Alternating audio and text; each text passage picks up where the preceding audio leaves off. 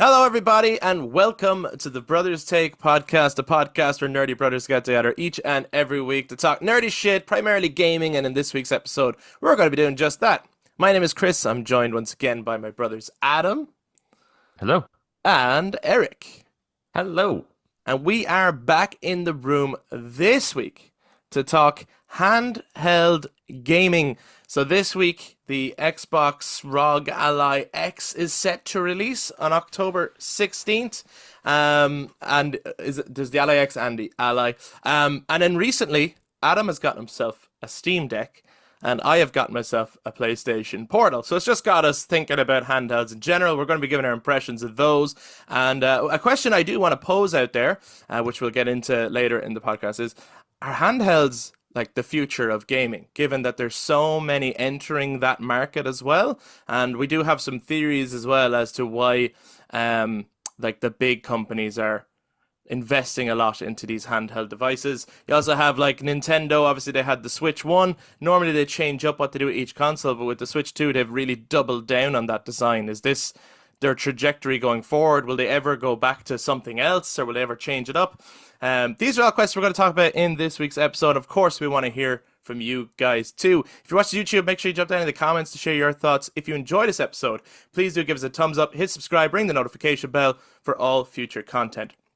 To those of you listening to us on audio platforms, you can touch base on social media, Facebook, Instagram, and X at The Brothers Take again to give your take on handheld gaming, maybe some devices you're using, maybe your thoughts on the devices we're using, or your thoughts on devices that may come in the future. But without further ado, let's talk gaming.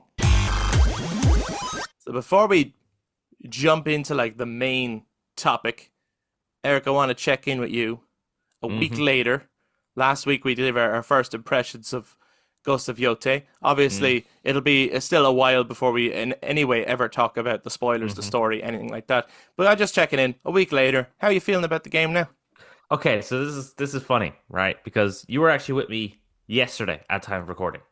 Yes. Yeah. Because you were trying out the PlayStation Portal, so this is still all connected. And I think you could see that I was a bit meh with it. I was just doing a lot of sites, so I was meh. We then went to the We then went off. We went to the cinema. We saw something, and then came back. And then you dropped me off, and then I put it on again. And in a couple of minutes, or maybe 2 hours, I ended up going, okay, all right, okay. So they've perked my attention now. They've perked my attention. I was like, okay, I feel like we're getting back to form here a little bit. You just needed to go see something mediocre before you. Yeah, and then you're like, oh, this is actually outstanding. I've just been like spoiled a little bit or something. Yeah, maybe, I suppose.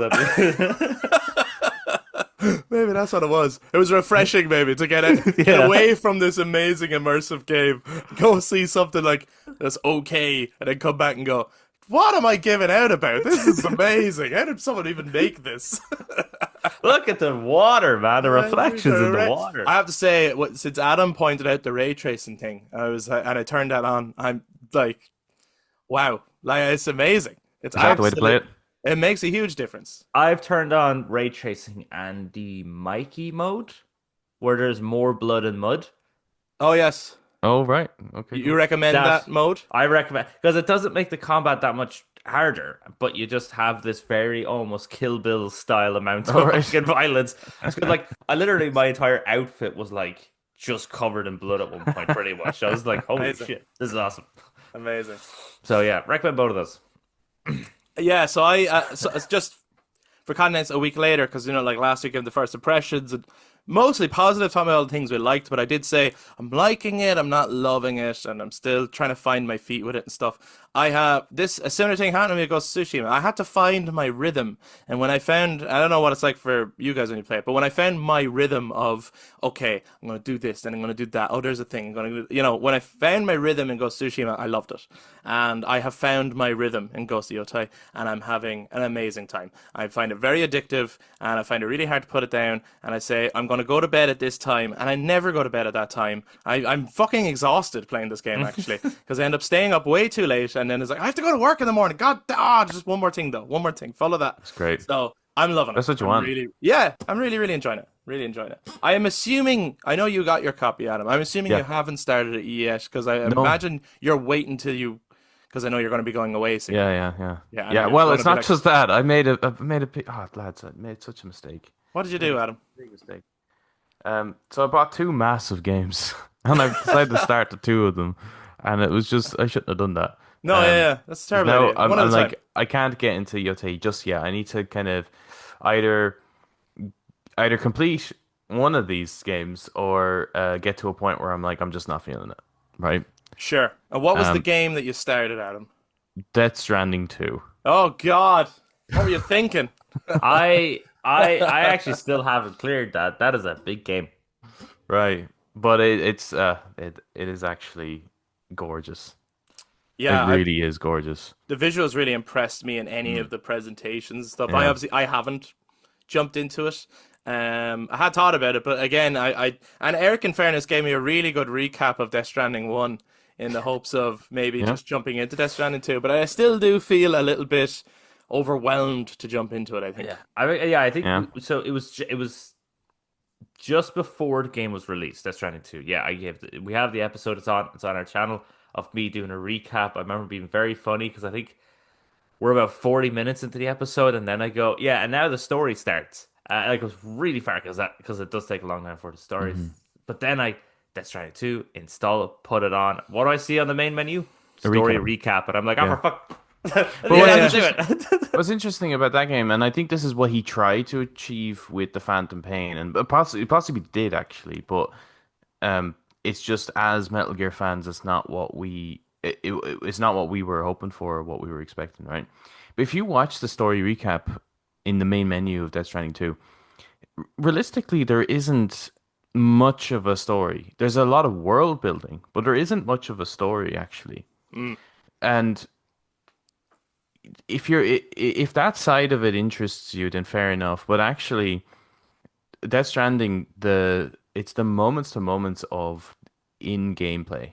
Yeah. It's the deliveries that you're doing and the connections you're making. Like it does a wonderful job at really making the actions you take the central part of the story.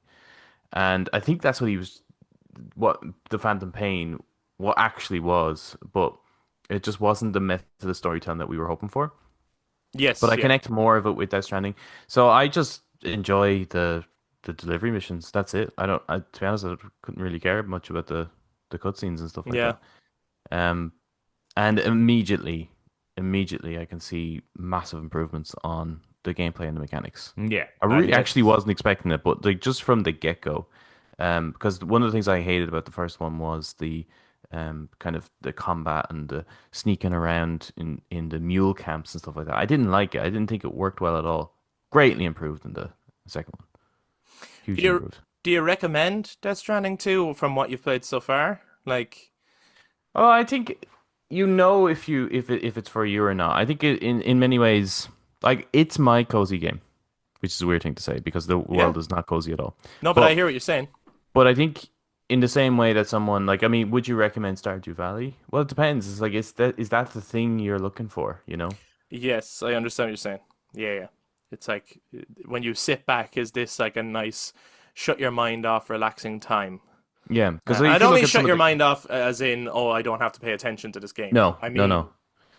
It's everything else it's going the like some of the things like some of my favorite things in playing video games in general, especially open world ones, is just exploring, which is one of the things obviously with Yote I'm gonna really dig. Mhm. It's just exploring and going, oh, what's over there? And then it's like you just get this little quest and you're like, oh, that's interesting, and then you go off and do that. I really enjoy that, and I love when it rewards you for doing that. Yeah. And that's the aspect of Death Stranding I really enjoy. The fact that we're talking about those kinds of things, and I did try to chat last night. Like, I'd love to do an episode, and maybe it'll be in the next episode unless something else comes up. But I would love to do an episode talking about like, what games do that best. Each of those things, like which game has the best open world for you to explore. Which game has the best side activities and collectibles? Which game does side quests best? In your own opinion. So I'd love to do that as an episode, given that That's one of the things that seems to be appealing about Death Stranding is the explorable open world and the different deliveries you can do, some of which I believe are optional, right? It's not like you have to No, do yeah, yeah, in every delivery. And then again, like with Ghost of Yotei, as I'm playing it, I'm like, yes, there's a main story, but that's not necessarily the joy of the game. And I think if you golden path that game only, man, you're missing out on so much of the actual joy of the game. You know, it was saying yeah, it Ghost of Tsushima, it was like the main story is good, but it's the entire package that's amazing. You know, as same with Skyrim. You know, take a shot. It's been a while, but like Skyrim was always one back in the day where it's like the main story is good, like it is good, but yeah. It's if actually you start doing everything, it's amazing. some of the side quests are actually better. Yeah, like they're incredible. Yeah, because But I think a topic isn't maybe for another day as well. Yeah, sure. Yeah, Well, sorry, Eric. no, What were no, you no, gonna no, no, no. It's up for another day. Let's not get sidetracked. Yeah, from we- the we- Let's main not we- turn this episode into that episode. Look, it might be the next episode. We'll see. But you said there was another big game you started as well, Adam. yeah. Baldur's Gate 3. You mad man. I know. Those Crazy. are two very. I have also chunky games. started- That one's massive. Baldur's Gate. There's two things that have stopped me from progressing in Baldur's Gate 3 because it's absolutely incredible. Like I think the level of character interaction, the level of choice, is almost And detail. Yeah, and like for what it is absolutely stunning and stellar. I think the level of choice for me is actually overwhelming though. It's almost Yeah. like there's too much I can do, and it nearly stunts me a little bit in terms. And then the other thing is that like when it came out was in a year of I do not have time for this, Yeah. right? Yeah. And then when I did get it and jumped into it, I was also like, I do not have time for this. Like, Yeah. it's so big, it's huge. And then on a personal level, this might be I still have every intention of jumping into it again and getting around to it, but it'll be one of those things where it's like I'd probably play it over a couple of years as opposed to playing it within a couple of months. Yeah. I don't love the combat. In fact, I'd go so far as to say I don't like the combat, and I know for a lot of people they love the combat. It's just different. So this will be different interesting, tastes. like just not to get into it, but if anyone, I'm sure there's listeners that would have played it and jumped into it. My impression, because I've tried it out I'm playing it on the Steam Deck. Which we'll get to and next. Yeah. That uses the controller layout similar to what it is on console. But I've also tried it on PC. And it is, I don't know what it is, but the interaction with it is definitely different. Like, it clicks more. That type of combat and gameplay clicks way more on PC. I was gonna say this is more of a PC game, right? Yeah, because it kind of reminds me of the old school Fallout games. Mm. I job that. Mm. Yeah. Well, Eric, Yeah. obviously you fucking love the game, right? Like it was. I think it made it into your personal top 10 games of all time at one point. It was definitely your game of the year it came out, as it was most people's. Yeah. I think you've played it more than once. You couldn't get enough. I of it. haven't. I've actually only cleared it once. Okay. Yeah. Well, it's a big like 'cause- to do it once is probably like it's a huge You know what? commitment. You know what? One of the biggest issues was What? on console they introduced mods. So now I'm clicking and trying out all these mods. Okay, yeah. Deadly. But it's not optimized properly for console, or at least I haven't figured it out yet. So if I have a mod that maybe kind of breaks the game, like there was one mod where it allows you to start on the beach. You know, there's the nautiloid at the start. Yeah. So you get to skip that section, you get to be on the beach. Like, oh, thank fuck, okay, I'm there, I skip that. But the entire mini map is blacked out, so it's not optimized for console. Right. So Okay. if I want to get rid of that, I can't just get rid of it and then continue my save file. I have to start again. Yeah. And so every time I try mods, I have to start. So I have like over 200 hours. I think most of them is just me starting the Jesus. game over and over again because I'm like, Yeah. oh, I want to try that mod. I want to try that mod. Sure. Yeah. And so it's got to a point now where I'm like, I know the first area way too well, and because I've just played. It nearly gets tiring, right? I'm like, I actually need to leave this game alone for a couple of years and then just come back and be able to. I do. I'd love to, like, because I do think that any of the story moments I think are absolutely. There's there's an intrigue in the story, and there's a really good hook for bringing the characters together, making them work together as a quest, trying to solve this problem. Like, I love that, and it does feel like playing D&D. Like they have nailed that kind of, and even like there's an element of it can be humorous, it can be dark, it can be scary. Like I think they've nailed all that stuff. Like yeah, I don't love the combat. I wish the combat would play it differently, but I also understand that they've done a really good job at translating the tabletop gameplay into the digital space. It's a great way for someone to jump into D&D who just doesn't have the means of, I don't know if that's a good. I don't know if I agree with that actually. Oh, really? Okay. Yeah. Because I used to get like this game absolutely does not hold your hand at all. Well, that's true. I found it incredibly challenging to get to grips with everything. And I think that's one of the benefits of playing it on PC actually, is the actions wheel that you bring up using the shoulder buttons. Yes. They're all in front of you on the desktop. Like they're all there, like at the bottom of the UI. Every Yeah, single yeah. action is there available to you, and you just hover your mouse over it, it tells you what to do. So you can really look at your arsenal. Whereas having to bring it up and then cycle through them, I don't know. I don't think combat is good on the console. It's Yeah. excellent on PC. It's not good on console. Yeah, However, exploring I think is better on console than it is on Oh PC. man, I yes. wish there Damn. was. I wish there was a way of combining the two. The Like, two, yeah. because even like you bring up your character sheet, you can only bring up, or at least maybe there's a way of doing this, but you can only bring up one character sheet at a time on the console. Whereas on PC, you can see all four of them all on the screen. So you can see Oh, all wow. four of your character sheets. So if you need to make a decision on something and you want to switch character, you don't have to. You can have all the character sheets in front of you, so you can make that decision based on who has the better proficiency and stuff. Whereas I feel like on the console, you kind of have to almost memorize it because it's not easy to get to them. So I wish there was a way of combining. Well, there is actually. I think there's a way on console. Let's say you were talking to somebody.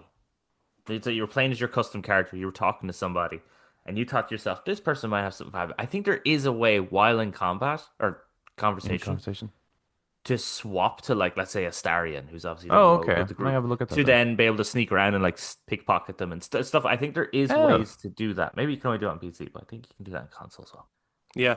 I think you I hold L2 or something and you can swap. Okay, I'll have a look at that. I do think that even like so like I agree with Janum that it is hard to get to grips at everything, like and that's the overwhelming aspect I think I found. Like there is no the onboarding is great in the sense of story, like the onboarding in terms of shit is happening fast, let's go, there's an urgent thing happening, great. I'm not starting off in a dungeon killing rats. But the onboarding in terms of gameplay, I think they don't like introduce things to you slowly. It's very like No, you and here you go. So I do agree with that, but I think you only have to play a little bit of this game to understand, like whether it's your cup of tea or not, to understand why it won Game of the Year came out. Because what they've pulled off is absolutely outstanding. Yeah, and another thing about it that I'd warn Bodhi is about whenever you are playing the game, and I think Chris experienced this problem early on. Ah, yeah. Just because you're given an objective doesn't necessarily mean you should do it. Yeah, And so sometimes things can happen and they will not warn you. So again, the game that- doesn't yeah, even handhold you but that sure, way. there's no way of knowing. Like, so Eric came No. over to kind of see my game, see my character Right. and stuff, and he was like, "What the fuck happened here?" And I said, well, they asked me to help them, so I did, and we killed everyone." And he was like, oh my god, like you have lost so many options for quests later." He said, I don't know what happens, and like 3 of the party members I can recruit are all dead. But I love that. I think that's great. But that Oh yeah, part no, of it, no. It's that amazing, part of but it I is also absolutely like It's amazing, but I do feel like it's like, but I don't feel like I should have been able to kill the main party so early on. I didn't even get to know them, and like my options for main party are really small now. Well, you see, that's the thing, right? It's like but your way of playing it, like this is what makes this Yeah. better than like I think the BioWare attempts of RPGs, Oh, right? you shut your there you go on. or even Quantic Dream's choice based Sure. games, right? I can almost see what way it's going to go. Right, yeah. With Mass Effect, you absolutely can because it Yeah. tells you this Here's one's the good, good this one's choice, bad. and this is the bad choice. Yeah, of course. Whereas I love with that, it's like, okay, so now you're going to have such a different experience that it's like, okay, from what I experienced and what Eric experienced, it's like there's no right or wrong way to play it. That is just your experience with it, and Yeah, I the think Oh that's yeah. the phenomenal. game is different that way. That's why Yeah, as well, Baldur's Gate 3 would have been one, even if we did all play it at the time, it would have yeah, been a hard one to do like the spoiler cast for, because you'd be like, okay, there's like the main scripted, as in the villains, maybe. They could well, maybe yeah. Mm. talk about that story, but it can't really talk about like what did your character like. Well, you could compare and Well, you could, contrast, and you you could do the could. whole that never happened for me, Yeah. or that kind of stuff. But You wouldn't yeah, be reviewing it in that way. It'd be a very different. a very different It'd be like conversation. how you'd be maybe journaling a tabletop experience. You'd be talking about your adventure and how your adventure went. And Yes, yeah, yeah, And I will just put it out there. There is multiplayer for the game. So I saw yeah. that. I noticed that. There's cross-platform multiplayer for the game. there you go. Maybe that's what we should be doing. But then, do you have to start a whole new? You can't just like jump in with your pre-made your characters that like my Yeah, but journey. Chris, your character is fucked. Yeah, I don't know what way My would work. character's fucked. Can My you? character's Are you fucked. able to join? Well, Like, I'll look it up later. yeah. While you're busy, I'll look It it could up. be a fun one to play together. Again, you'd have to try and it's like we gotta schedule that, but Yeah. it'd be fun. It'd be fun. But yeah, so Adam, you're actually playing it hmm on the Steam Deck, which is like Yeah. one of the reasons we're talking handheld gaming this week for this episode. Obviously, the Steam Deck has been out a couple of years now. When did it come out? 2023? 22, I think. End of 22. Okay. I think. And Well. had you always been interested in it? Was it just recently? What's the crack? Definitely haven't always been interested in it. I Yeah. actually didn't quite see the point of it. In a world where the Switch existed, I didn't see the point in it. Hmm. But I think in a world of price hikes, I see the point in it. Right, the changing landscape, that guys. does It's change it a bit. insane. Yeah. Yeah. And it was on a good offer or something when you got it, right? Yeah, it was part of they had so there's a Steam sale every quarter, I believe. So in the August Steam sales, Hmm. lower tier Steam was 20% off, Wow. which you I can't mean- say no to that. I mean, every little helps, like yeah. So I don't know. I think I might have been a little bit annoyed if I spent the full price on it. Mm-hmm. Maybe I don't know. I think the when I initially got it, my impressions were actually quite mixed. I wasn't like wowed by it, and I wasn't in love with it like Okay. initially. But I think that it's like an anti honeymoon period, you know. It's like as I'm starting to live with it and stuff, it's like growing on me even more. Sure, yeah, the honeymoon comes later. Yeah, but I hear that That's quite so a bit. interesting. With I've seen a couple of like obviously when I was watching reviews just to get an impression of it. I've seen a lot of people say the same thing. Where it's like I've seen people who have had it for since launch, and it's Yeah. only clicking for them now. And why would that be? Like, was there a different expectation on how it would feel, on how it would look, on how it would play, or is it's like when you start realizing how much you could play around it and put other stuff on it, you realize the full capabilities of the machine. It's like, Yeah. oh, this thing I've just unlocked. It's like when I first got it, I was on like the bottom tier of the Steam Deck, and now I've unlocked, I found the red pill and Yeah, it's 100% that. It's so I think what drew me to it was that there are a couple of PC dedicated games that I like RTS style games and stuff like that yeah. that I wanted to be able to play, but I didn't want to go and get myself a PC or build one and stuff like that because they're not cheap. Everything has gone up in price. Hmm. So this was like just a little over 300 quid. To me, That's it's a just like okay, bargain for that thing. yeah, just to be able to play, the Age of Mythology Retold and stuff like that. Like it's What a game. you know, um, Eric finished that recently, Yeah. yeah. So I what I wanted was something that I could play on the go. Obviously, that would be great when I'm traveling. But to be able to hook it up to a monitor, have the mouse and keyboard to be able to play some of those games that are kind of need that dedicated input. So it was almost like I wanted the Switch style experience, but to be able to play with some of the PC games. And unfortunately, it didn't quite do that. It didn't achieve what I was hoping for, and that's why I got a little bit disappointed when Okay. I first opened it. But just to kind of to summarize my overall experience with it so far is the unboxing experience. Firstly, a good point is its box, is its packaging. I have it here, right? This is the box that it came in. Yeah, go on. Show us the box. This is used. Oh, that's nice. It's a nice box. It comes It comes in a travel case. in a hard case, and it's Amazing. like perfectly molded for it. Amazing. Yeah, That that's is the box. Um, Why you're don't gonna have more to go out do and that? fucking yeah, I know, right? Well, This is actually, like I know why. So It's like they can such an sell obvious the thing. so they can sell the travel case later. That's why. But yeah, So that's amazing. it just has a little piece of cardboard Around that. wrapped around it, which is just the branding on it. So it's Which is like the recyclable bit. small, yeah. So Yeah. it's very very efficient. Right? So that's really nice. But then you know it says on it, plug it in, turn it on. Grant. Plug into a charger, turn it on, go through initiation stage, and it's downloading something, and it just hangs on this like last percent for feckin' ages. And so okay. then I go online, I see what's the crack with this, and there's some suggestions to back out, go it again. So as part of that stage, you're setting up your Wi-Fi, putting your Wi-Fi settings, and then go through this stage. Did it a few times, still hanging.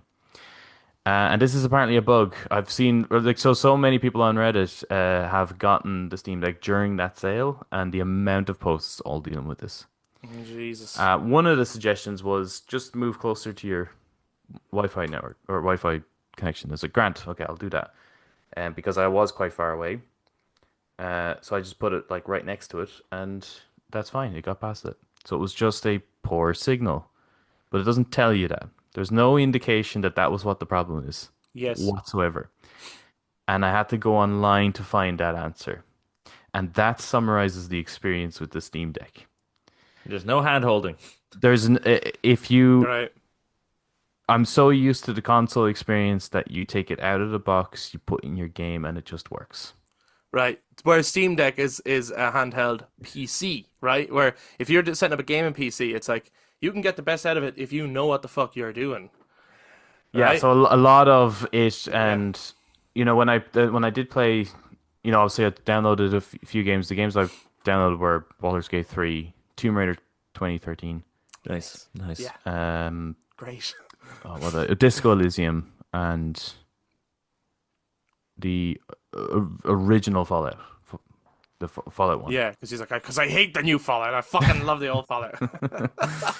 So these were the things to try and experience on it and test it out. And every single one of them, I was like, I don't know, this isn't going as well as I thought. Firstly, the fan was ridiculously loud. I would say not comparable to a PS4, but it almost feels that way because you're so close to it. Mm. You're really hearing that fan go. And when I was sitting on the couch just playing a bit of Baldur's Gate 3, and Pagan was sitting on another couch. She was like doing her reading and stuff. Um, she was like, "Jesus Christ, the noise of that fan! You know, like it's actually Okay. disruptive." Okay. Right? Right. Yeah. Yeah. Yeah. I was like, "Yeah," and I was only getting, um, you know, on a full charge, maybe like an hour and a half battery life. Oh Right. God. Wow, Okay. and Okay. I was like, "Wow, Yeah. this is." I don't know if this is going to go well when For like, when I especially if travel. you're like traveling, yeah, like for a flight and stuff, right? That'll be where you want to use it. You found a fix though, huh?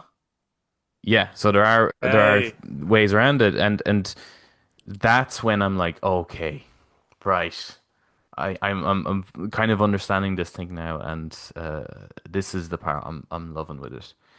So with the Switch, um, when you're playing it in the handheld mode, there's a very specific experience with it. You don't really hear the fan, and games perform like that's a 800p screen, I think, like that. But the games don't perform at that resolution. I think they're definitely 720 and below Mm. on the Switch. Hmm. And you might have like pretty low frame rates in some games, like Breath of the Wild is notorious for that.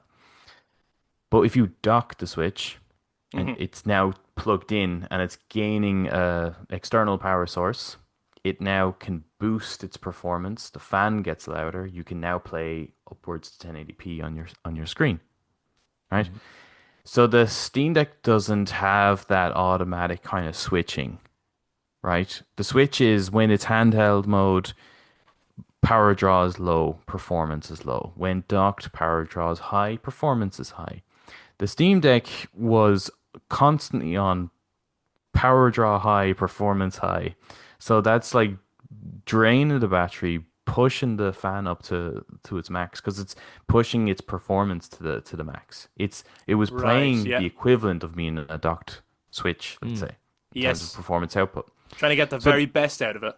yeah. Yeah. So there's a little button that you can press to go in and adjust how much power draw you want.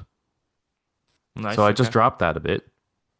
Now all of a sudden fan is down and my battery life has increased. And has it increased like by much, or do you know yet? Yeah, so Or like yeah, so you can now tailor this. You can make profiles per game. So you can try you can okay, go into each game, you can test it at various different power levels, and then you just click a little toggle and it will remember that now for that game. So now with Baldur's Gate 3, I'm getting closer to 3 hours. which is a much better Yeah, it's like gameplay Length double. of time, time. Yeah, yeah. Yeah, it's doubling the performance. And you can also and it kind of just depends on what do you prioritize. Like, do you want a steady performance, lower graphics details, or do you want the best you can get? Well, now you have that option. You can just go in and toggle. It's just a slider. It looks like a volume slider almost. Hmm. How much output you want. So now, because I was going through every single game, and this is where I was like, okay, there's something wrong here, right? Baldur's Gate 3, I was getting less than 2 hour battery performance. Fan was roaring. Every single game I was playing was getting less than 2 hours. Fan was roaring. Even the original Fallout. I was like, there's something up here. This can't be right. So with Fallout, I bring that slider the whole way down to the bottom, right? It's like the minimal power draw. Okay, so now I'm getting like 6 hours, 7 hours, 8 hours battery life out of it. Wow, So that you is can decent. tailor it depending Yes, on the game, like how old it is. Obviously, some of the newer titles you're gonna get. So with yes. Tomb Raider 2013 now, it's a little closer to that 4 or 5 hour Mm. because of it was able to draw that down.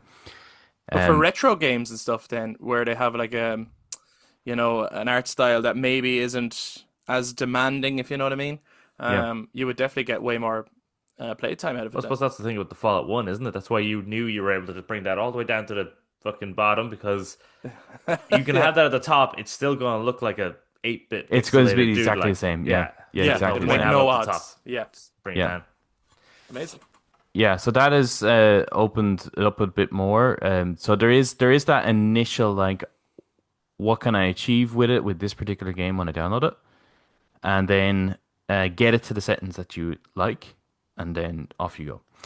So that's like a plus and a minus. Coming from the console space, that's a bit of a minus. You just want to be able to play your game and it be optimized for the hardware, right? On the console, we basically just have to choose, well, do we want it to look pretty or perform good? That's it. Yeah, Those are our options, really. and we hope for the day where we don't have to make that choice.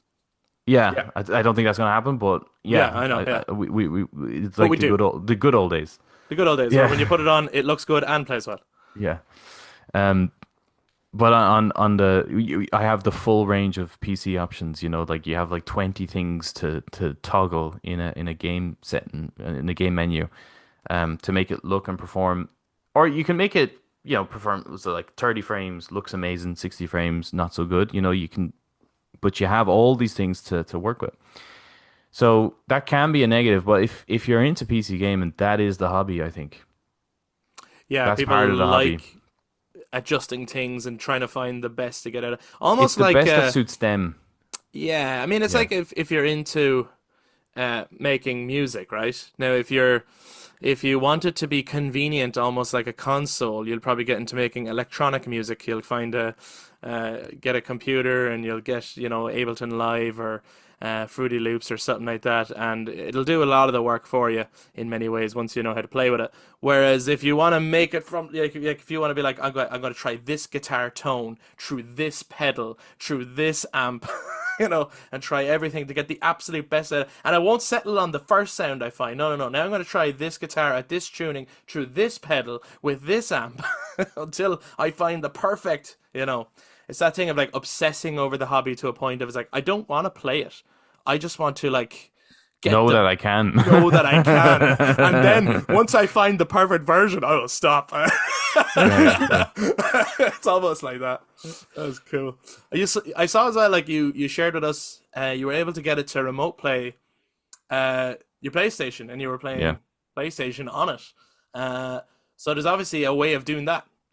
Yeah, and it wasn't like a out of the box thing, and that's the thing with it is like anything that you want to do, you need to dedicate a little bit of time into just the setup process first. But once you have a setup, like you can kind of do anything with this thing really, because it is a PC. There is a desktop mode, like you can go into the desktop. It's got a file system. It's got a Jesus. it's got all It's the actually things quite that cheap for a for a PC. ridiculously cheap for a PC and one that can play games. Yeah. Yeah, so when I Angela- was initially trying to set up the remote play stuff, that didn't really work. So I had to, like, I have a dock for it. There's an official dock, but I didn't get that. I just got one off Amazon because it's a PC. Any USB-C kind of hub works, Right. right? Okay. So I have a USB-C hub that has, USB-A ports. It's got the HDMI out and all that kind of stuff. So I was able to plug a keyboard and a mouse into that hub, connect into that, go into desktop mode, open up Firefox, and set up the remote play from there. It worked much easier than having to do it through the kind of game mode. Let's just say it's like there's like two different interfaces. And then once it's set up, it was quite seamless. It is much faster remote play than, let's say, the official app on like a phone. Mm-hmm. And by faster, I mean the moment I click it, it like instantly turns on the PlayStation. You know what I mean? It's not like it has to go search for it initially. Right. Okay. It's almost instantaneous. And played quite well. Amazing. Someday you're just going to show us a video of you like driving your car with the Switch, or not Switch, the Steam Deck. Just Yeah. Well, You say that. yeah. No, you could. I kind of knew this was going to be the reply. Stop now. Well, there were Ukrainian soldiers operating drones with it.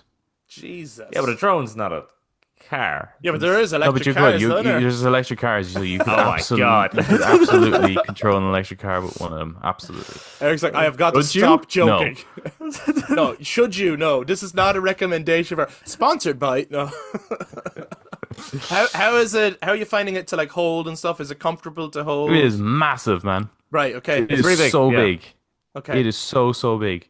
Yeah. But surprisingly light for the size of it. Okay. Nice. So I haven't gotten any strain or whatever. I think the true test is when I go travel. Of course, and this is. How does it feel then? I mean, after a week, it can still only be sort of first impressions, I guess. Because with something like this, even I was saying, like when we got the PS5, like we did an episode, we did first impressions on it. It was months later when we were going, and how do we find the PS5 now? Now that first initial, wow, it's new and shiny. When that wears off, and it's like, how much are you using it? What kind of games are you playing on it? Are you enjoying those games and all that kind of stuff?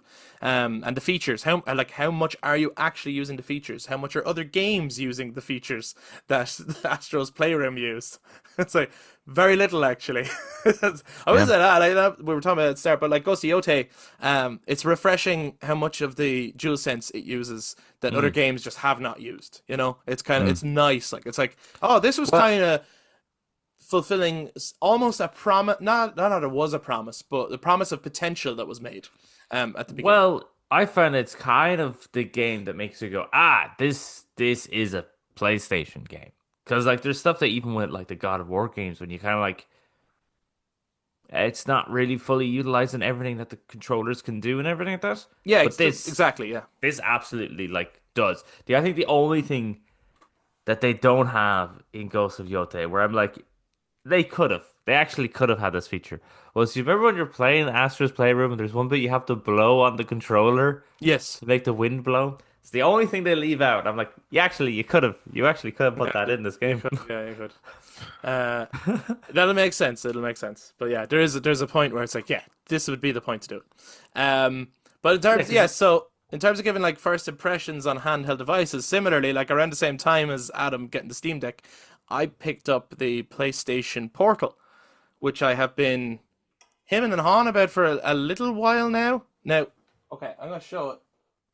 I'm not turn it on or anything, but this is my PlayStation Portal. I got the 30th anniversary edition because I was like, cool. It looks like the PS1.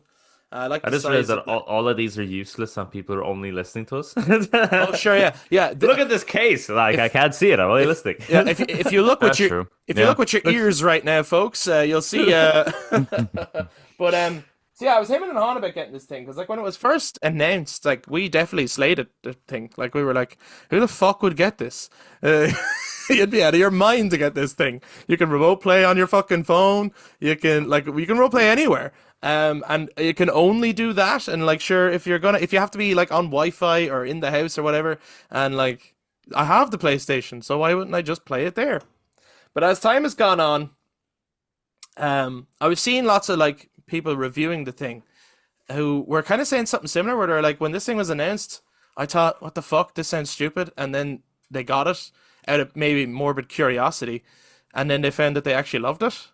And I was seeing that more and more, and I was kind of curious about it then. And then my curiosity I kept watching videos and reviews, and I'm fully aware of all the like this thing comes with caveats, right? This is not an instant, I recommend this device, the PlayStation Portal. It's not a handheld in the sense that many other handhelds are in that it can play games natively. It cannot. And if it could, that would be a game changer. Because a week later, I am loving this thing. But I've had a similar experience to Adam, where at first I was like, oh God, have I made, maybe more so because I was like, have I made a massive mistake, right? But if you do the little bit of research and you follow the advice that everyone gives, and first of all, what I would say is, if you're in any way curious about getting one, check your internet upload and download speeds first, okay? If they're good, then there's a good possibility this thing will work, okay? If they're not good, you're having a hope. There's no point in even... This thing is fully reliant on your internet speeds, right? And your latency. Latency is like super important. The other thing is, you gotta put an Ethernet cable into your PS5. That is key. Because I tried this, I knew that advice, but I did try it without it so I could do a comparison. It worked, but it was much slower connecting. I was playing a bit of Ghost of Tsushima, and there was a lag that made it unenjoyable to play. Not a lag to the point where it's like the footage is trying to catch up with itself, but a lag between me pushing the button and the action actually happening. So like, in the standoff streaks and stuff, and you're holding the triangle and the timing has to be perfect so you can do the slash. And You wouldn't be playing a Souls game on it then? No, absolutely not. And I was getting fucked up every time. So then I was like, okay, God, if this is the way this thing is going to go, this is not good. And I probably will end up selling it. Then I plugged in the Ethernet cable. So what I did was, like other people talk about, is like, oh, that's ridiculous. I'm drilling holes in my walls and changing where the router is just so that I can use this accessory that I bought. Because it's an accessory. It's not a console in and of itself. You get it because you have a PS5. You don't buy a PS5 so that you can use this. That would be a ridiculous way of thinking about it. So what I bought was a Wi-Fi extender. So it was a little plug. It was about €20. Connected that to my router. Plugged it in to the sitting room, and it had a little insert for the Ethernet cable, so I could run the Ethernet cable straight into the PS5. So there was no drilling holes, there was no moving things around, really, really clean.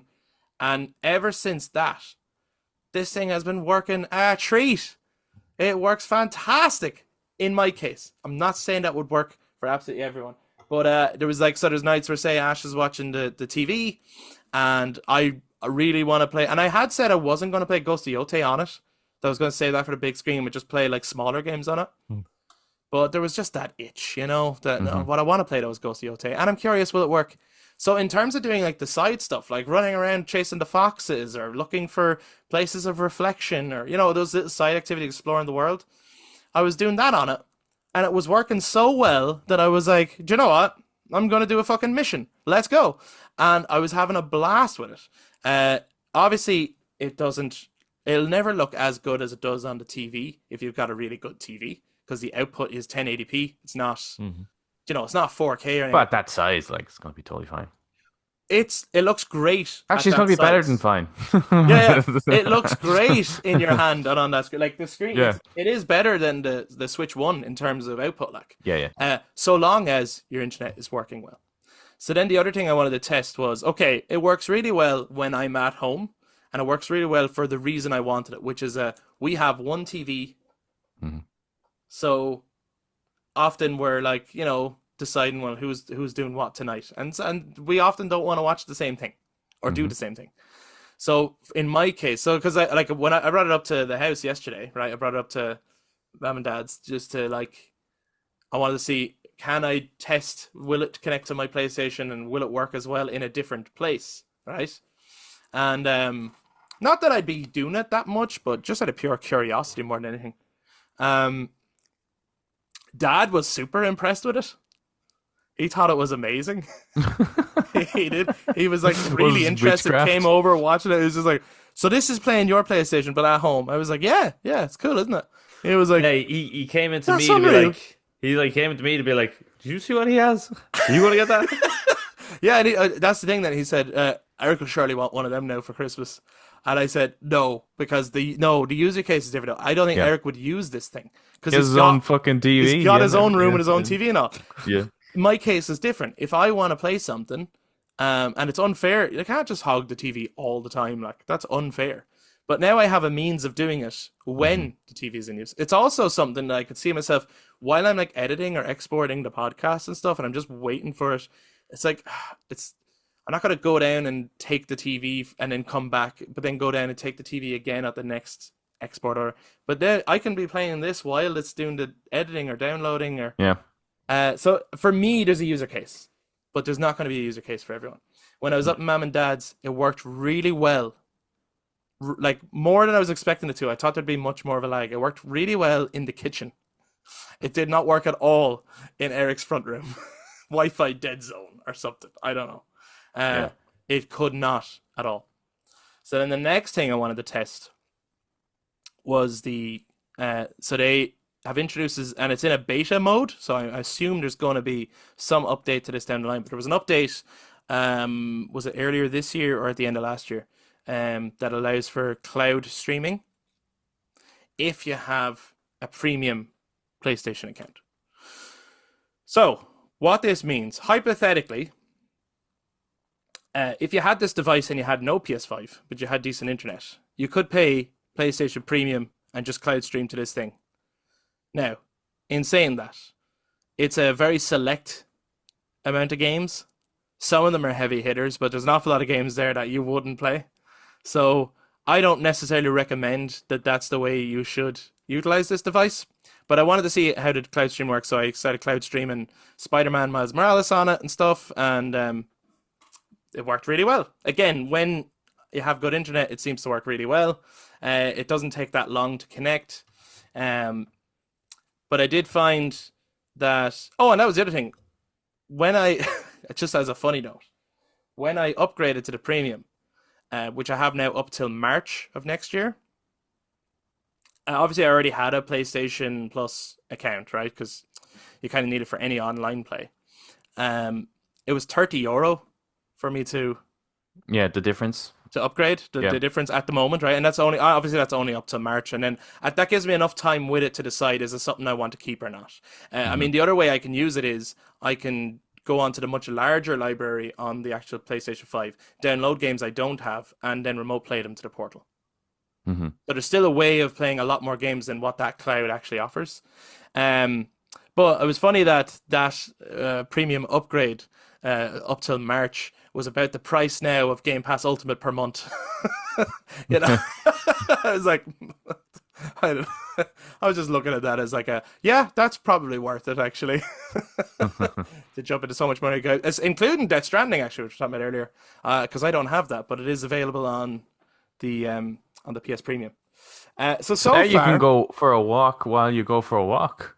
Absolutely. Yeah. And I'm curious about taking this thing to like other play like how well would it do on a hotel Wi-Fi, you know? Probably Mm. not well, but then again, if in the cloud streaming I can't see it going well, the remote play it might because my connection now is really solid. Maybe. I actually think the other way around. Really? Yeah. I'll have to Yeah. test it. I don't know, I suppose. Yeah. But in general, look at so far, only over a week later, I'm really enjoying it. I Suiting your was lifestyle. worried about it. It suits my lifestyle. It does not suit everyone. This is not a recommend PlayStation Portal to everybody. Yeah. Do your research if you're ever thinking about getting one. It is important. Know what you're getting, but it is a very easy setup, and it's so comfortable to hold and play.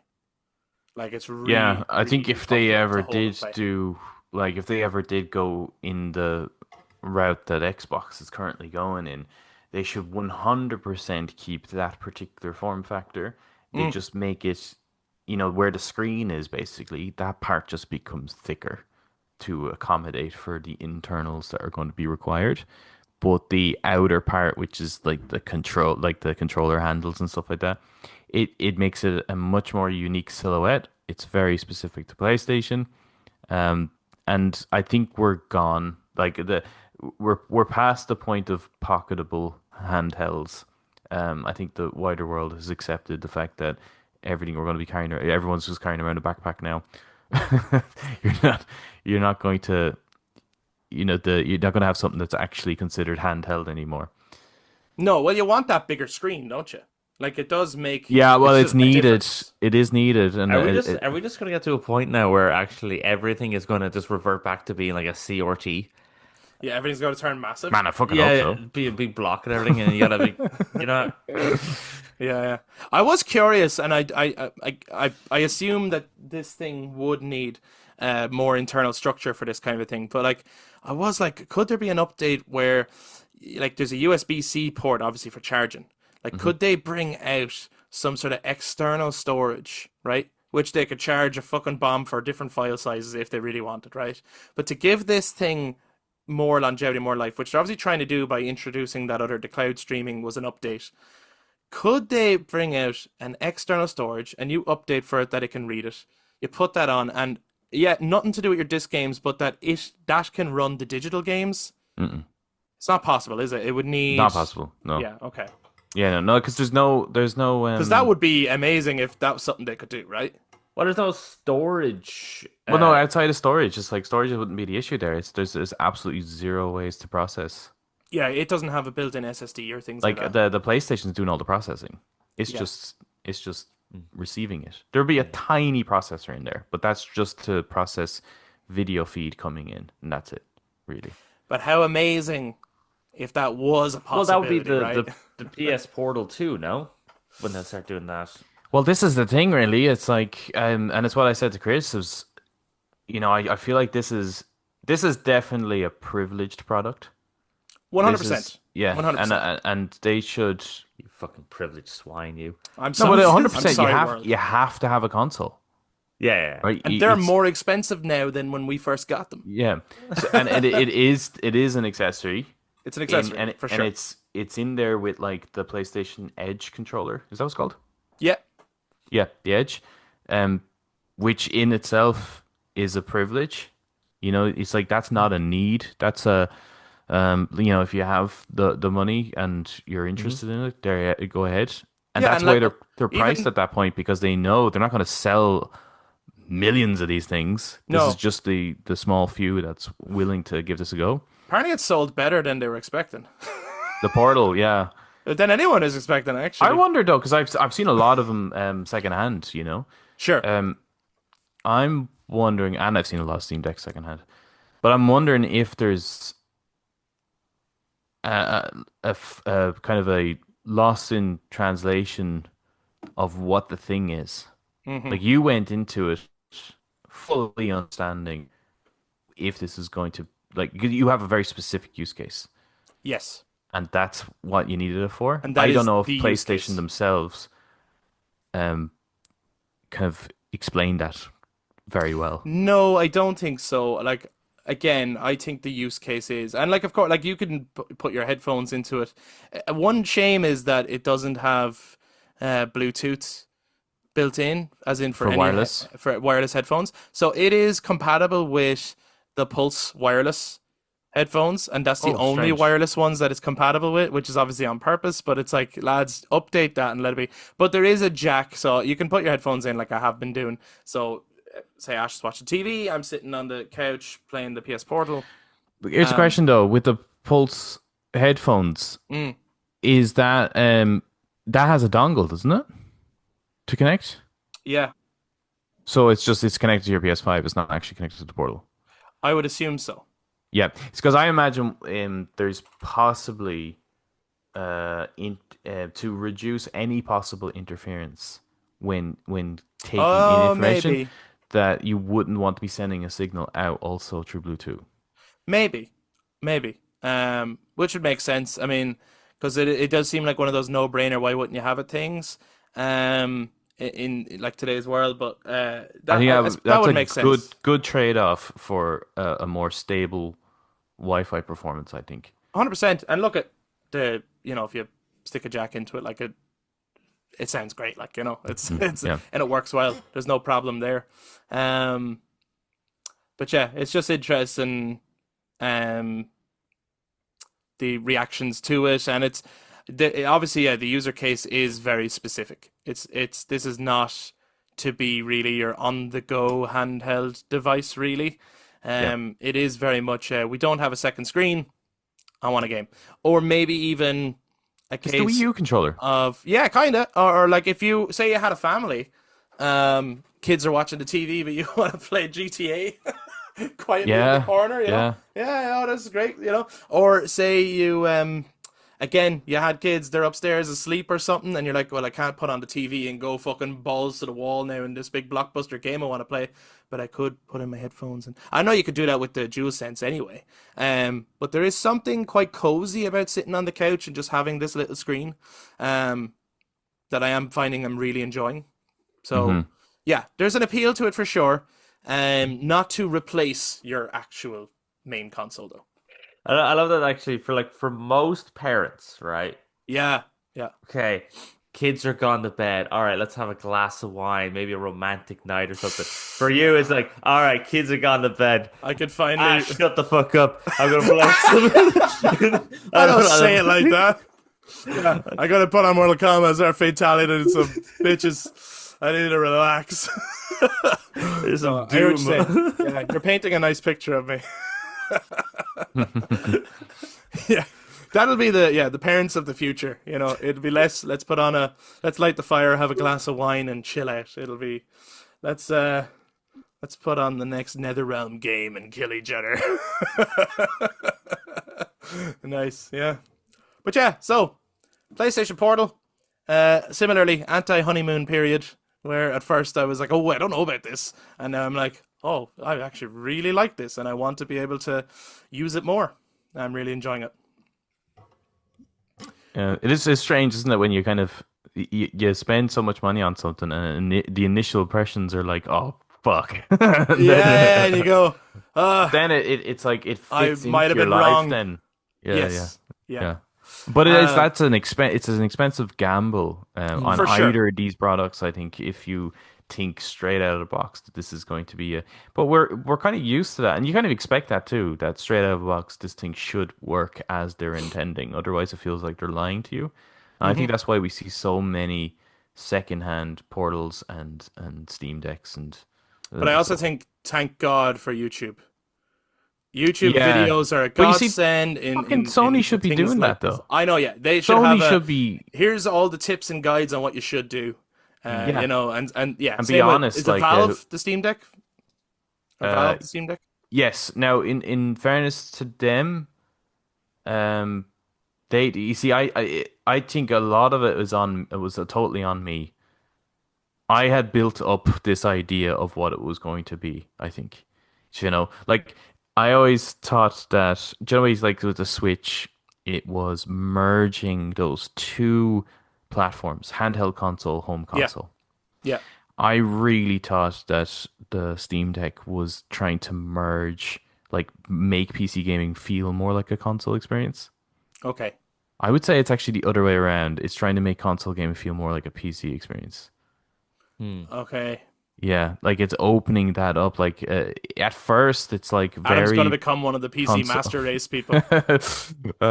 You'd say that actually. I was looking at PC builds. Yeah, That see, would do it, Adam. is that they get you? Don't fall Is for that it. they get you? That cheap deal Well, like was only here, the when you- beginning. yeah. But when you think about it, and it's like, I don't so want to think about it. I got, I have my Steam library now. I have a couple of games on it. They were super cheap. Every quarter, they like you just add shit to your wish list. It's Yeah. not like it's not things that you are going to get straight away.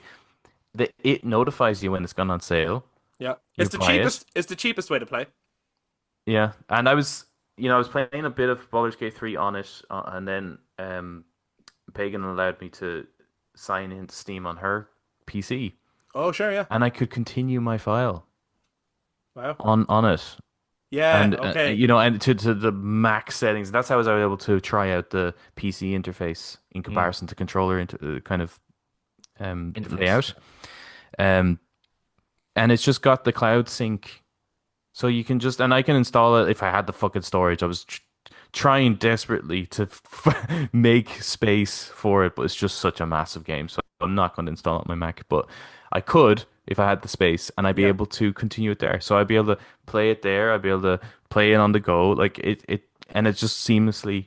Well, that's the appeal, I think, of these handhelds now in the future of, say, the Switch, which is Yeah. play it docked, play it, and you're continuing your file. You're not starting again because you have another version of it on a separate handheld device. Yeah. That's the appeal of what you're talking about, the Steam Deck. It's the appeal for me of the PlayStation Portal. When I sit down to play that, I'm continuing my Ghost of Yotei. I'm not starting a whole new game just for something to do. And it's the appeal, obviously, in the pitch of this Xbox Ally X, which is about to come out this week. And I'm wondering how well it's going to do, though, because unfortunately, unlike the other things we're talking about, where there is gambles and stuff like that, but they could pay off in our cases, this thing is so expensive. And It is very expensive. Why? but apparently it's pre-sales Amazing. are actually apparently it's amazing. And also the pre-sales are like it's doing really well. Why? I have a question about it. Sure. More so about Xbox. 'Cause I'm I have an assuming answer. Okay, good, because I'm glad you know my question. I'm assuming Xbox named this in collaboration with ROG. Republic Gamers always had an Ally and an Ally X. This is just the Xbox branded version. Oh, okay, because I was about to ask, why did they name their consoles stupidly?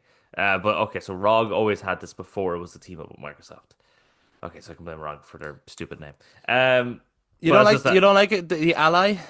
The ROG Ally? Like it's Well, your it's friend? Ally X, and then there's Ally, like the Xbox Ally Series is the- X, and then Xbox Yeah, Series well, I S. don't know It's what just it like- is about. Yeah, we see this in all kinds of products. Like Tesla has the Series S and Series X, and Yeah, what is that about? iPhone it sounds had shit. iPhone had the like iPhone something S and the iPhone That's right, X. Yeah. So it's something I don't know where this came from. Some sort It's of tech jargon. and it's clearly the marketing team that's coming up with it. Yeah. Well, I wonder, is it like so many have done it now that the language is supposed to be that when you hear the something X, it's like, well, that means the best. Well, it's You the know, same with like don't even look up the specs. That means yeah, the best. that you know? means the best. But honestly, I prefer that naming over Pro. I don't like the fact that the PlayStation has a Pro model. Like, what the fuck That's am a I s- Pro? yeah, What that's am I a doing? silly name as Profession- well. Am I a professional couch potato? Like, what the like? Yeah. It's like, What do you mean Pro? you think you're a PlayStation gamer, but you're not a pro gamer until you get Yeah. the PS5 Pro. Yeah, it should definitely have a different name than that. Yeah. Like the PS5, like the PS Slim was always a name that made sense. It's literally a description of the fucking thing. But the PS5 Pro was very much. It's like, oh, I'm not a fucking Formula One driver now that I have a fucking Pro. Like It also, Gran Turismo on I think that. the PS4 Pro was quite not nice looking because it just looked like a grilled sandwich. Yeah, and saying that though, I think it's nicer than the current PlayStation. So Hey, I'm now. not a fan. You don't like of the the big, PS- the giant Wi-Fi router? I don't. No, not really. You don't like just that? So fucking awkward. Yeah, you have. It's a funny one because that was also like we said with the other ones, it was like you kind of have to do your research before you get it. With the PS5, it was kind of like you kind of have to do your research in terms of like where you're gonna put this thing before you get it. Yeah, you need to. You need Like, to. You might need to names your take a trip sitting to rooms. IKEA. Yeah, you gotta. You have to have like put in a mortgage for an extension on your house so you can put this thing in there. Yeah. That's the one thing about the Xbox is it's very cleanly fits into most places. I would say. Yeah, no, Oh yeah, the design made of it. they made really really good hardware and then the functionality of it. Yeah, the design of it is good. I just don't like the name Series X, Series S. It's just, I agree. The series it's stuff is silly. it's long. Yeah, it's long. It's silly. It doesn't flow off the tongue well. It's kind of like a. When I know we're they going slightly off topic, but No, They yeah. gone fucked it with the one, didn't they? Morgan Free. Yes, they did. Well, they fucked it when they decided, yeah, to have weird naming schemes. But I think it's. Did you ever see an interview with Morgan Freeman talk? He was on the Graham Norton show, and he's talking about how a lot of movies actually do well through word of mouth, which is why the movie Shawshank Redemption didn't do well because no one was able to pronounce the fucking title. Like I said, that movie, the Sham Shack, the Shamrock, no one was able to pronounce the name of it. So I was like, yeah, it's very important that when you're naming something, people can pronounce that it's very easy. people remember it. I mean, look at let's be honest, and maybe I know PlayStation has obviously been the main console in our household, and sometimes we maybe come across as PlayStation stands in that sense. But Oh, we're like, ponies. absolutely. But the naming scheme of that versus any of the others, and I'm including Nintendo there, which have had amazing products but not always the best names. Yeah, how could you get any easier than the PlayStation, PlayStation 2, PlayStation 3? It will always sound like, well, that's the newest one. Yeah. It's such Yeah, an no confusion easy there. naming scheme. There's no confusion. Can I get the Xbox One? I thought you already had the Xbox One. No, that was the Xbox. I want the Xbox One. Yeah, no, it Yeah, that was was always ridiculous. an issue. But when they first announced the Xbox ROG Ally X, right? What was it, the Xbox Showcase or something like that? Yes. And I was like, oh, fuck, yes, here we go. I was really excited about it. And I was excited about it from that perspective of continuing the game that you were playing on the go. This is obviously before we saw prices or anything, so it was just the promise of being able to do that was really appealing to me. Now, obviously, with the price of this device, the price of the Xbox ecosystem going forward anyway, in general, this would not be an appealing thing to me, and I certainly wouldn't be jumping into it. I'm just curious, do you think this thing is going to do well? At the moment, it seems to be doing well on pre-sales, but maybe they've only allowed for a certain amount of models at the moment, testing the water a little bit, or I don't know. What do you think? Well, you're always going to have you're always going to have Early your tech, adapters. yeah, that and like your tech people, right? It's like people like sitting in front of the camera and be like, "All right, I've been trying out the ROG," and you have those people who have to get their hands. I suppose they don't pre-order, but like they're given like a tester copy. But there's always that sort of stuff. Like they're putting their name down. Other people who are just like they will get everything Xbox. Sure, if they're a collector. Yeah, and then you have those people as well who just like, oh, it's the new tech thing, so just collect all technology. So in that sense, it might do well, but from a like commercial, the average person, probably not. Like it's probably doing better than what we would expect, considering we saw the price of it. But again, they're probably all the people who are They were going to get it no matter what it fucking cost. yeah, they were kind of going to get it anyway because there's like this is the new cool Xbox now has a handheld. You know what I mean? While the average Joe like us, we're probably not really going to get it straight away. It might be something like the Steam Deck or the Portal. You're getting it down the line, maybe. After hearing the initial impressions. But Yeah, all is that it the pre-orders for the Ally X that are doing well, or Ally in I'm general? not sure. What I saw was just talking about it in general, so Yeah, I 'cause don't the know Ally is- whether they've specified which model. The regular Ally is not as scary as a price. You know what I mean? Yeah, what was that, like $600? And again, they only showed the Something like price to me that, in yeah. dollars at the time, so Yeah, it's something like that, still pretty It is beefy, expensive, but if that was your only console, Sure. you know what I mean? Like, I know you're saying in terms of, you could have the Xbox and then you could get this and you can continue your save. Like that's one. But you could way of also doing it. just get this and You could just play get that Xbox on it, yeah. and just play of the course. Xbox on it. And it's not. We think about it, right? It's not just Xbox because this thing runs Windows. Yeah. You can download Steam on it. Yes, so it's a Which Steam Deck means- and You can play God of War on it.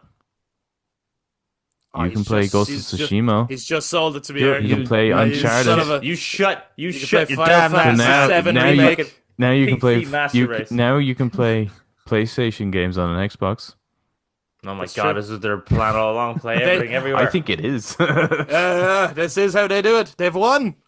Oh, They well, were this trying to make it seem like we had the good deal with their flight simulator coming to PlayStation, and they're like, no, no, no, we can just made our Trojan horse of a back door getting all your Pretty games. much. Yeah, Yeah. eventually we will turn on the PlayStation and it'll just whatever game we play, the screen will say this is an Xbox. So we'll be like, hey, what the fuck? How did they do that? And then you're playing the Halo, PlayStation no matter logo, what game. PlayStation logo will just transform into an Xbox logo. We'll be like, what the hell just happened? And no matter Yeah. what game you put in, it just becomes like Halo or Gears of War. So like, what the fuck? I'm trying to play Uncharted. It's like, no, no, no, you're playing Halo. You'll I be suppo- able to role play. You'll be able to do GeForce Now. You'll be able to do the Epic Game Store. You'll be able to do. It's a seriously impressive device. There's no doubt about that. It's unfortunate the economic climate that we're in now, and I think it's also unfortunate that and look at we it'd be nice at another point to get deeper into the conversation of the future of gaming, and I think it is something that we have in mind anyway. So we're only going to touch on it briefly now, but in terms of finishing up this week's episode, but it's a shame how gaming as a hobby has become, and I know it was always a bit expensive, but it's like now it's really like it's for a certain class almost. It's not very accessible as a hobby and as an appreciation of a certain art form too. Um, it's a shame how kind of expensive it is, and that it's not something that everyone can be a part of. Like there's such a talk of community in the gaming space, and it's like it doesn't feel very communal. It actually feels very elitist at the moment. And Yeah. we are quite privileged that we can get some of these things. We're very lucky. There's a lot of people who cannot, and even the option or the thought of this thing is it's just not even like it's like that conversation of, oh, would you pick this up? It's like for many people it's like would I pick this up? I could never pick this up. Yeah, What are you for a lot of talking people, about? I could never afford this thing. they'd have to pick up a second job just to pay for like the next game. Like with the way that the pricing is going So of yeah, things. I just think it is quite sad that that's where this space has gone, and I know it's tough times anyway, generally economically.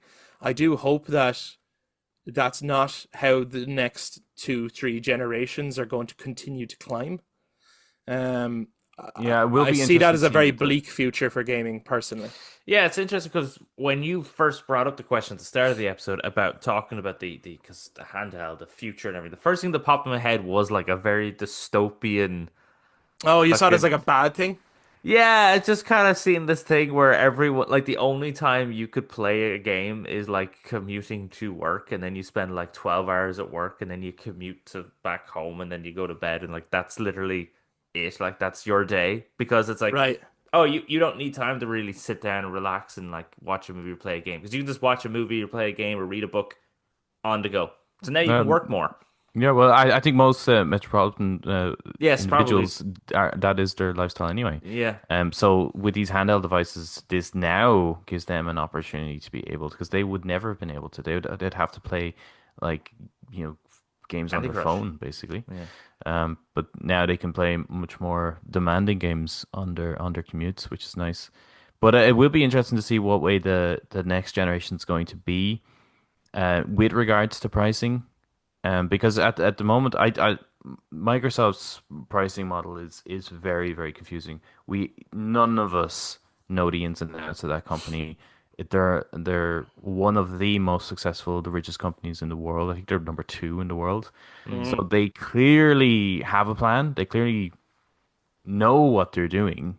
Maybe Yeah, like we can't say it for sounds sure. ludicrous to us, but they're obviously not bad business people because There's they certainly didn't a get to plan. where they got to without, Yeah, and they have a plan towards this being a publisher and getting their games everywhere. So even if they aren't making money on their own platform, they're making money off other people's platforms. So there's some sort of plan there. And I imagine with PlayStations, the pricing, the price increasing is a combination of the economic climate, but also they're starting to mature. I don't know if you've seen the sales, but I was blown away by the PlayStation 5 numbers, like how Yeah, you much has brought been this up sold. before as well. Yeah, that Um, they're nearing the was it they're nearing the PS3, Xbox 360 era, right? yeah, and they Yep. probably surpassed it actually. So that indicates a maturing. Anyone who has bought one essentially. And the last few that they might end up pushing out the door in the next couple of years, they want to increase the profit on that. So they've upped the pricing on it. So they're not going to sell as much, but those few that they sell will still meet the revenue that they're hoping to achieve. Um, and then of course Nintendo's, I think, is just that's just a response to the economic climate, really. Yes. Yeah, With the very new much so. console. I don't think that was ever going to be that price um, originally. I really don't think the Switch 2 was intended to be as expensive as it is. Obviously, it was always going to be more expensive than Switch 1. It's a more impressive machine. Hmm. There's no doubt about that. It is more capable than the Switch 1. But I still don't think it was intended to be as expensive as it is. At like, was it €500 here? It's 500, yeah. The You know, but it's still so with the impressive for what next I can one, do, though. Like, don't get me wrong, but with the PS6 then, and whatever the next Xbox is, because it does sound like there will be another Xbox. hmm Um, have they now? Is it going to like go back to norm, and the next console is going to be in and around that 500 quid, or have they now just opened up the doors to, oh, consoles are now this price now going forward? That's the real worry because at the moment, because it's maturing, I think they can charge that, and anyone who really wants one will buy one. But going into a next generation, it's going to be a fucking hard sell. It's going to be a really hard sell because we're only starting to see, and I've said this a few times, we're only really starting to see PS5 games now Hmm. hmm between this year and next year. Everything has been this kind of weird cross-platform kind of not just games but game design. And if we're only really starting to get the generation games like now, then by the time PSX comes around, like we're going to have cross-gen again. We're going to have games that are designed for the PS5 in mind, but you can play on PS6, and it's going to be probably more expensive. Will there be a need to pick it up not straight ish. away? I Probably think that not. initial pickup will decrease, Yeah. and it'll be a pickup down the line thing. I do think that, and in terms of like handhelds as well, are they going to be the future of gaming? I think the next generation of console is going to be more expensive, like much closer to the €800 mark than the €500 mark, is what I would Hmm. imagine. I think Xbox might bake in and they're playing around at the moment, and then maybe they'll get a point where they can get that tech down cheaper, or I don't know. I think they might try and bake in a handheld type thing, a Switch copy, basically, because of their Play Anywhere selling thing. I think they actually might go down that road. I don't know what price that would end up being, but I think they might go for that. You could dock this, you could take this, you can go anywhere. Xbox is everywhere now. Um, PlayStation, I don't think will. I think they will keep to what they feel works for them. And maybe, yes, there will be a PS Portal 2 or a PSP, whatever, where it will always be that for them, the handheld thing or the VR thing or the move thing or whatever the other thing is will always be an accessory. It will always be secondary to and never intended to be the main console. But I think they will stick to no, our main console is as you've seen before. They might lose discs though. That's the only thing that I could possibly see in their future. Yeah, physical Um, media is going out the door. yeah, I think so. I think so. Um, Eric, what do you think? Are handhelds going to be the future gaming? Does it depend on the company? What do you think at the moment? They're definitely going to become more and more popular. I don't think they're going to like completely hijack the next generation, but they will in time because it's too convenient. As Adam stated, like the metropolitan lifestyle. Hmm. It's so commuting, and that metropolitan lifestyle is spreading. So therefore, commuting is becoming bigger. So eventually, yeah, that's probably the future. Yes, discs are going out the window. Don't know if it'll be next generation, but definitely will be going out the window. Because I mean, even streaming sites and stuff is showing that there's a downside. What was the point? That's most people then don't even buy discs. Even when I was in college, people were like people in my class were studying TV and media productions, and they're going, "Try don't buy discs. So try to stream everything." Or like they torrent everything. Streaming wasn't big at the time, that big at the time, so they Yeah, just torrented torrenting everything. was huge. Yeah. Yeah, yeah. So, yeah, discs going out the window. Portable is coming in, and Xbox drones will be watching us all the time because that's what you said, right? Xbox everywhere. They'll be watching. Well, yeah, okay. So I think though there is some valuable points being made. I do think it's like you could start seeing it's like and like that sprinkling in of okay, maybe not fully the next generation, but the next generation is about really easing you off, and then the following generation is where there's absolutely zero discs or whatever. Like, yeah, maybe you're right, Eric. Maybe it's a little bit slower, but we can all see that they're going.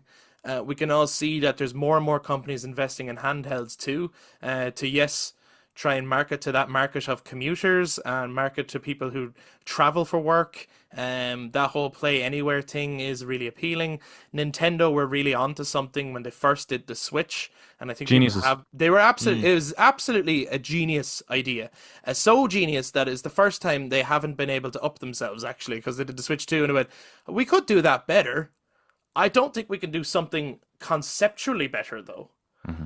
You know, and which is why they didn't. And for many, it was a little like for me even it was a little disappointing, only because you're like, I wonder how they're going to blow our minds next, with the next innovative thing. And it's like, I guess you can't yet.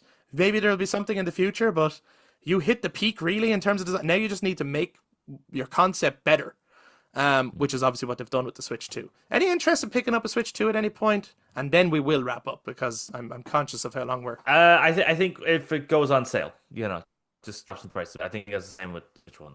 But you would Like be it might cross my mind then. maybe curious.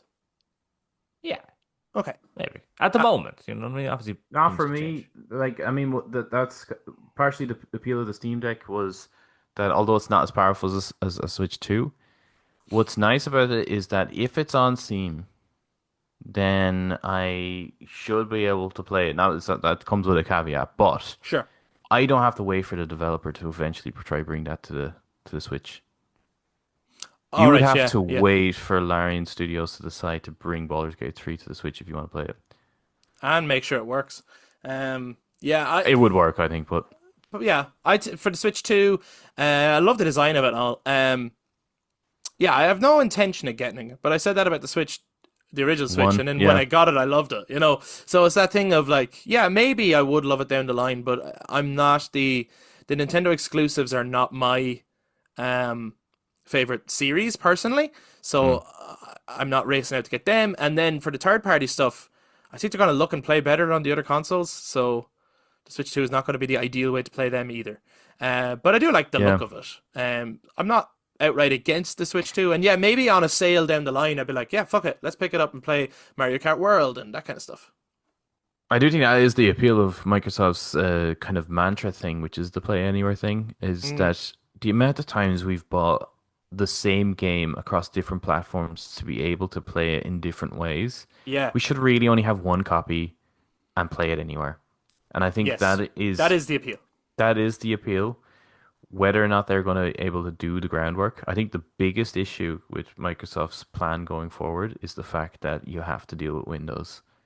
And I Hmm. don't say that it's just because I don't I genuinely don't like Windows, but it it seriously is a major friction point between you and just getting into the game. Yep. Like there's so much bullshit with Windows, and that would be the biggest. That would be the main reason. Although the ROG Ally is hardware wise unbelievable, my main reason for not wanting to even consider it is because it runs Windows. Yeah. Well, The future of gaming is definitely a topic we will be coming to again in the future, as well as earlier on in the episode we talked about open world games and things like that, and we nearly got into that conversation, and then we stopped ourselves. Like, no, that's not the plan, but maybe that's something that we'll be talking about very soon as well. But we would love to hear from you guys, all your thoughts on the handhelds we brought up, the future of gaming, and also games you're playing at the moment, whether you're playing any of the games we mentioned or other games. Please do let us know. If you're watching YouTube, make sure you jump down into the comments to share your own thoughts. If you enjoyed this episode, please give us a thumbs up, hit subscribe, ring the notification bell for all future content, including those topics we just talked about that will come up in the future. And to those users on audio platforms, you can touch base on social media, Facebook, Instagram, and X at The Brothers Take, again, to give your take on the fact that this podcast is an Xbox. Thank you so much for checking out this week's episode. We will be back to talk to you guys next time. Bye-bye. Bye-bye.